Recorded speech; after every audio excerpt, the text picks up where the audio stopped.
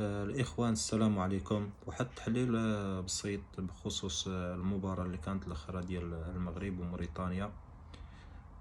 فيه ناس طلعوا تيهاجموا وليد الركراكي، تيقول لك مدرب فاشل، مدرب مستواه ضعيف والمنتخب كبير عليه. يا أخي أنت اللي تقول مدرب فاشل، أنت اللي فاشل، أنت اللي فاشل. هذه مباراة ودية وما شاء الله كان ماتش زويون، لعبوا في المستوى، كان ماتش اوكي.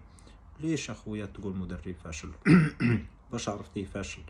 تاع دارت ليك فراسك وبقيت تقول مدرب فاشل، والطالب باغي تجيب مدرب اجنبي وباغي مدرب رونار. بغيت يا خويا رونار جيب وديه يدرب داركم. هادشي اللي بعرف.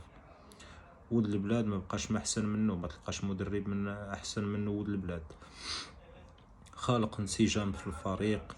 اللعابة داروا جهدهم وزادوا. هذا ماتش ودي، ما في داعي يحرق نفسه على ماتش ودي. راه لعبوا، والفريق موريتانيا راه فريق كيلعب الكرة. راه ما تفكروا انت فريق يعني عادي، انت بس باغي تفوز. ديك الهضرة الخاوية خصنا نفوزو خصنا. ماتش كان اوكي، كان في المستوى، اللعابة قدموا مستوى جيد، الكرة خرجوا بالتعادل، وهاد النتيجة راها ممتازة.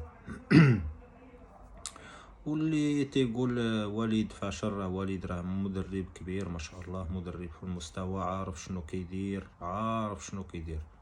لا تقول انت راه ماشي مدرب فاشل.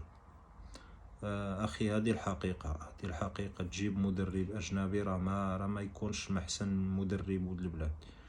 ولد البلاد خارق انسجام بين اللعابة ما شاء الله، اللعابة متفقين مع بعض.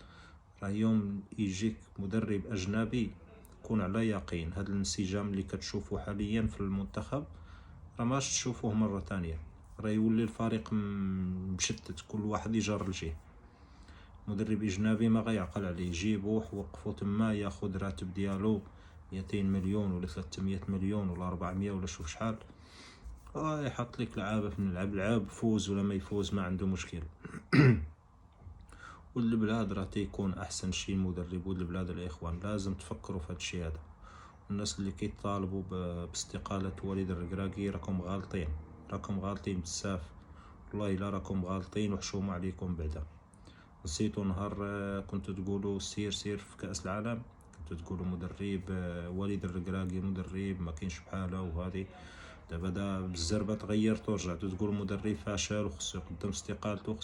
ها هو قدم استقالته. مين غادي تجيب؟ مين هذا المدرب اللي غادي تجيب نفسه وغيكون احسن منه؟ مستحيل.